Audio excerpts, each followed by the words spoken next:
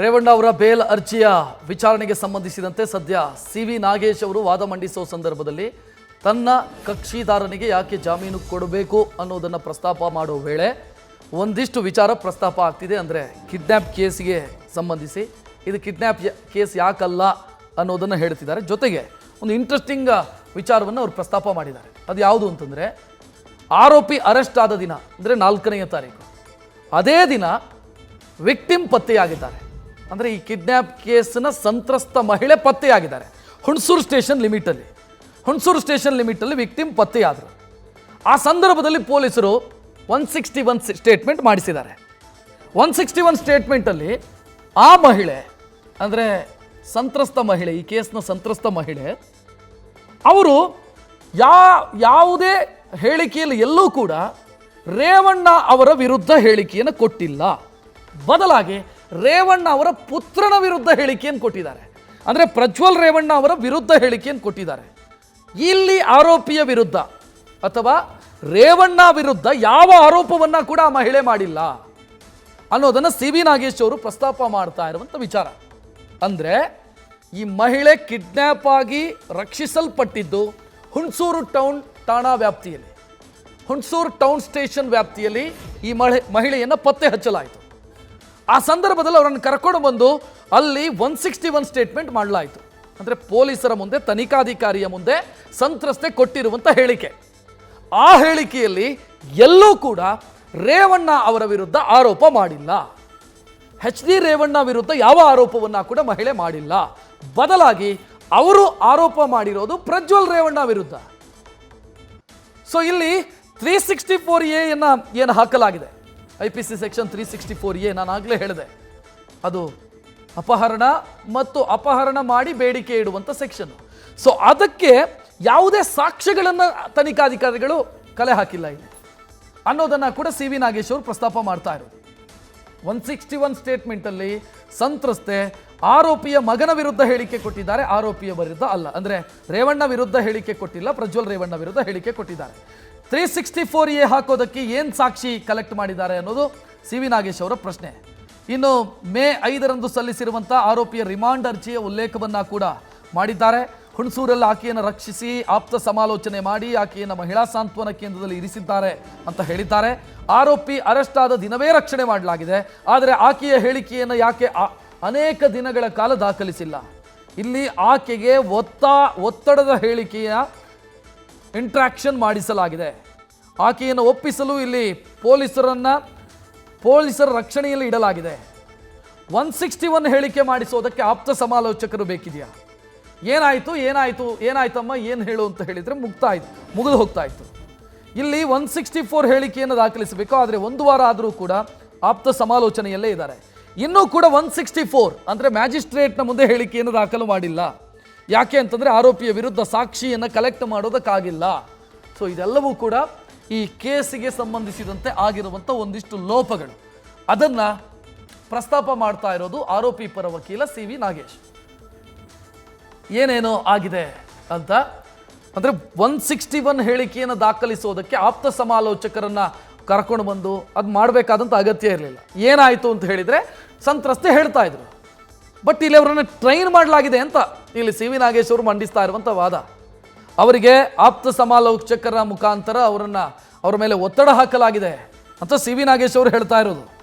So 161 statement ಮಾಡಿಸೋದಕ್ಕೆ ಯಾಕೆ ಆಪ್ತ ಸಮಾಲೋಚಕರು ಬೇಕಿತ್ತು? ಯಾಕೆ ಅಷ್ಟು ದಿನ ಟೈಮ್ ಹಿಡಿಬೇಕಿತ್ತು? ಮಹಿಳಾ ಸಾಂತ್ವನ ಕೇಂದ್ರದಲ್ಲಿ ಇರಿಸಿ ಆಪ್ತ ಸಮಾಲೋಚಕರನ್ನು ಅವರಿಗೆ ನಿಗದಿ ಮಾಡಿ ಆನಂತರ ಸ್ಟೇಟ್ಮೆಂಟ್ ಕೊಡಿಸಿದರೆ ಇಲ್ಲಿ ತನಕ 164 ಆಗಿಲ್ಲ. ಅಂದರೆ ನ್ಯಾಯಾಧೀಶರ ಮುಂದೆ ಹಾಜರುಪಡಿಸಿ ಅವರಿಂದ ಹೇಳಿಕೆಯನ್ನು ದಾಖಲಿಸಿಲ್ಲ. ಸೊ ಇದು ಯಾಕಾಗಿಲ್ಲ? ಸೊ ಇದೆಲ್ಲವನ್ನ ಕೂಡ ಅವರು ಪ್ರಶ್ನೆ ಮಾಡ್ತಾ ಇದ್ದಾರೆ. ಯಾಕೆ ಅಂತಂದರೆ ಆರೋಪಿಯ ವಿರುದ್ಧ ಯಾವುದೇ ಸಾಕ್ಷಿ ಸಂಗ್ರಹಿಸೋದಕ್ಕೆ ಸಾಧ್ಯ ಆಗಿಲ್ಲ SITಗೆ. ಇನ್ನು ಆಕೆಯನ್ನು ಕರೆತಂದಂಥ ವಿಡಿಯೋ ಅಲ್ಲಿನ CCTVಯಲ್ಲಿ ಕ್ಯಾಪ್ಚರ್ ಆಗಿದೆ. ಹುಣಸೂರಲ್ಲಿ ಆಕೆಯನ್ನು ರಕ್ಷಿಸಿ ಕರೆತಂದಿರುವಂಥ ವಿಡಿಯೋ CCTVಯಲ್ಲಿ ದಾಖಲಾಗಿದೆ.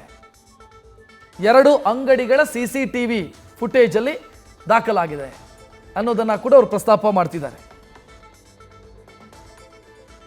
ಅಲ್ಲಿನ DVR ಅನ್ನು, ಅಂದರೆ CCTVಯ DVR ಅನ್ನು ಈ SIT ಅವರು ತಗೊಂಡು ಬಂದಿದ್ದಾರೆ. ಆ 2 ಅಂಗಡಿಯಲ್ಲಿ ದಾಖಲಾಗಿರುವಂಥ DVR. ಅಂದರೆ ಇಲ್ಲಿ ಸಿ ವಿ ನಾಗೇಶ್ವರ್ ಪ್ರಸ್ತಾಪ ಮಾಡ್ತಾ ಇರೋದು ಆಕೆಯನ್ನು ರಕ್ಷಣೆ ಮಾಡಿದಂಥ ಸಂದರ್ಭದಲ್ಲಿ ಅಲ್ಲಿ ಆಕೆಯನ್ನು ಕರ್ಕೊಂಡು ಬರ್ತಾ ಇರುವಂಥ ದೃಶ್ಯ CCTVಯಲ್ಲಿ ಸೆರೆಯಾಗಿತ್ತು 2 ಅಂಗಡಿಯಲ್ಲಿ. ಅದರ DVR ಅನ್ನೇ ತೆಗೆದುಕೊಂಡು ಬಂದಿದ್ದಾರೆ SIT ಅವರು. ಸೊ ಅಂದರೆ ಇಲ್ಲಿ ಅರ್ಥ ಏನು ಅಂತಂದರೆ SIT ಅವರೇ ಇಲ್ಲಿ ಒತ್ತಡ ಹಾಕಿ ಆ ಮಹಿಳೆಯಿಂದ ಕೇಸ್ ಹಾಕಿಸಿದ್ದಾರೆ ಅನ್ನೋ ಅರ್ಥ. ಮತ್ತು ಅದಕ್ಕೆ ಸಾಕ್ಷ್ಯ ಏನಿದೆ, CCTV, ಆಕೆಯನ್ನು ರಕ್ಷಣೆ ಮಾಡಿ ಕರ್ತಂದಂಥ CCTV ಸಾಕ್ಷ್ಯ, ಅದನ್ನು ಇವರು ತೆಗೆದುಕೊಂಡು ಬಂದಿದ್ದಾರೆ ಯಾರ ಕೈಗೂ ಸಿಗಬಾರ್ದು ಅನ್ನೋ ಕಾರಣಕ್ಕಾಗಿ ಅನ್ನೋದು ಸಿ ವಿ ನಾಗೇಶ್ ಅವರು ವಾದ ಮಂಡಿಸ್ತಾ ಇರುವಂಥ ವಿಚಾರ. ಒಂದು ತರಕಾರಿ ಅಂಗಡಿ, ಮತ್ತೊಂದು ಬೇಕರಿ ಹುಣಸೂರಲ್ಲಿ. ಆ CCTV ಫುಟೇಜು ಲಭ್ಯ ಇತ್ತು ಅಥವಾ CCTVಯಲ್ಲಿ ರೆಕಾರ್ಡ್ ಆಗಿತ್ತು, ಕ್ಯಾಪ್ಚರ್ ಆಗಿತ್ತು. ಅದರ DVR ಅದನ್ನೇ SIT ಅವರು ತಗೊಂಡು ಬಂದಿದ್ದಾರೆ. ಅಂದ್ರೆ ಯಾರ ಕೈಗೂ ಕೂಡ ಆ ಫುಟೇಜ್ ಸಿಗಬಾರ್ದು ಅನ್ನುವಂಥ ಉದ್ದೇಶ SIT ಅವರದಾಗಿತ್ತು ಅನ್ನೋದು ಸಿ ವಿ ನಾಗೇಶ್ ಅವರು ವಾದ ಮಂಡಿಸೋ ಸಂದರ್ಭದ ತಾತ್ಪರ್ಯ ಅದು. ಸೊ ಆ ಕಾರಣಕ್ಕಾಗಿ ಇಲ್ಲಿ ಒತ್ತಡ ಹೇರಿ, ಮಹಿಳೆಯ ಮೇಲೆ ಒತ್ತಡ ಹೇರಲಾಗಿದೆ ಅನ್ನೋದಕ್ಕೆ ಅವ್ರ ಕಾರಣಗಳನ್ನು ಕೊಡ್ತಾ ಇರೋದು.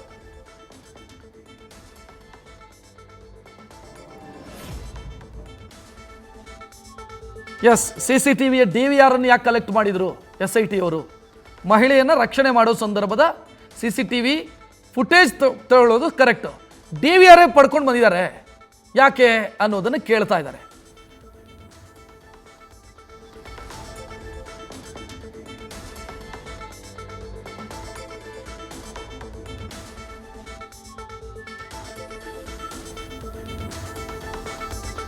ಸೊ ಇಲ್ಲಿ ಸಿ ವಿ ನಾಗೇಶ್ ಅವರು ವಾದ ಮಂಡಿಸೋ ಸಂದರ್ಭದಲ್ಲಿ ಅವರು ಆರಂಭದಲ್ಲೇ ಹೇಳ್ದಂಗೆ ಇದು ಕಿಡ್ನ್ಯಾಪ್ ಕೇಸ್ ಅಲ್ಲ ಅನ್ನೋದು.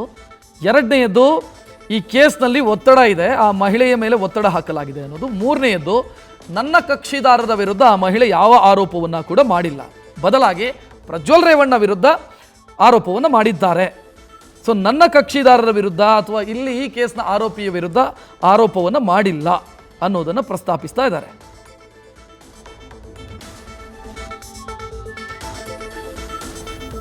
ಇನ್ನು ಮೇ 2ರ ರಾತ್ರಿ 9 ಗಂಟೆಗೆ ಕಿಡ್ನ್ಯಾಪ್ ದೂರು KR ನಗರ ಸ್ಟೇಷನ್ನಲ್ಲಿ ದಾಖಲಾಗುತ್ತೆ.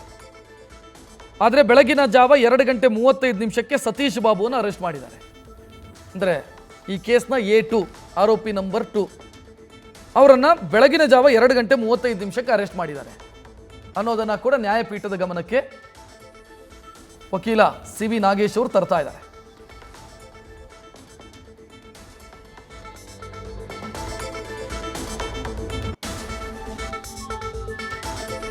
ಇನ್ನು ನಿನ್ನೆ ವೈರಲ್ ಆದಂಥ ವಿಡಿಯೋ ಏನಿದೆ, ಆ ಮಹಿಳೆ ಸ್ವ ಇಚ್ಛೆಯಿಂದ ಏನು ಹೇಳಿಕೆಯನ್ನು ಕೊಟ್ಟರು, ಆಗಲೇ ನಾನು ಅದನ್ನು ಹೇಳ್ತಿದ್ದೆ, ನನಗೆ ಒತ್ತಡ ಇರಲಿಲ್ಲ ಆ ರೀತಿ ಎಲ್ಲ ಮಾತನಾಡಿದ್ದಿತ್ತು ಅವರು.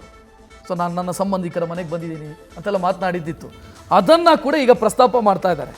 ಸೊ ಅದನ್ನು ಕೂಡ ಸಿ ವಿ ನಾಗೇಶ್ ಅವರು ಆ ವಿಡಿಯೋದಲ್ಲಿರುವಂಥ ಕಂಟೆಂಟು, ಆ ವಿಡಿಯೋದಲ್ಲಿ ಮಹಿಳೆ ಕೊಟ್ಟಿರುವಂಥ ಹೇಳಿಕೆ, ಸ್ಟೇಟ್ಮೆಂಟು, ಅದನ್ನು ಪ್ರಸ್ತಾಪ ಮಾಡ್ತಿದ್ದಾರೆ. ನನ್ನನ್ನು ಎಲ್ಲೂ ಕಿಡ್ನ್ಯಾಪ್ ಮಾಡಿಲ್ಲ ಅಂತ ಆ ಮಹಿಳೆಯೇ ಆ ವಿಡಿಯೋದಲ್ಲಿ ಹೇಳಿದ್ದಾರೆ.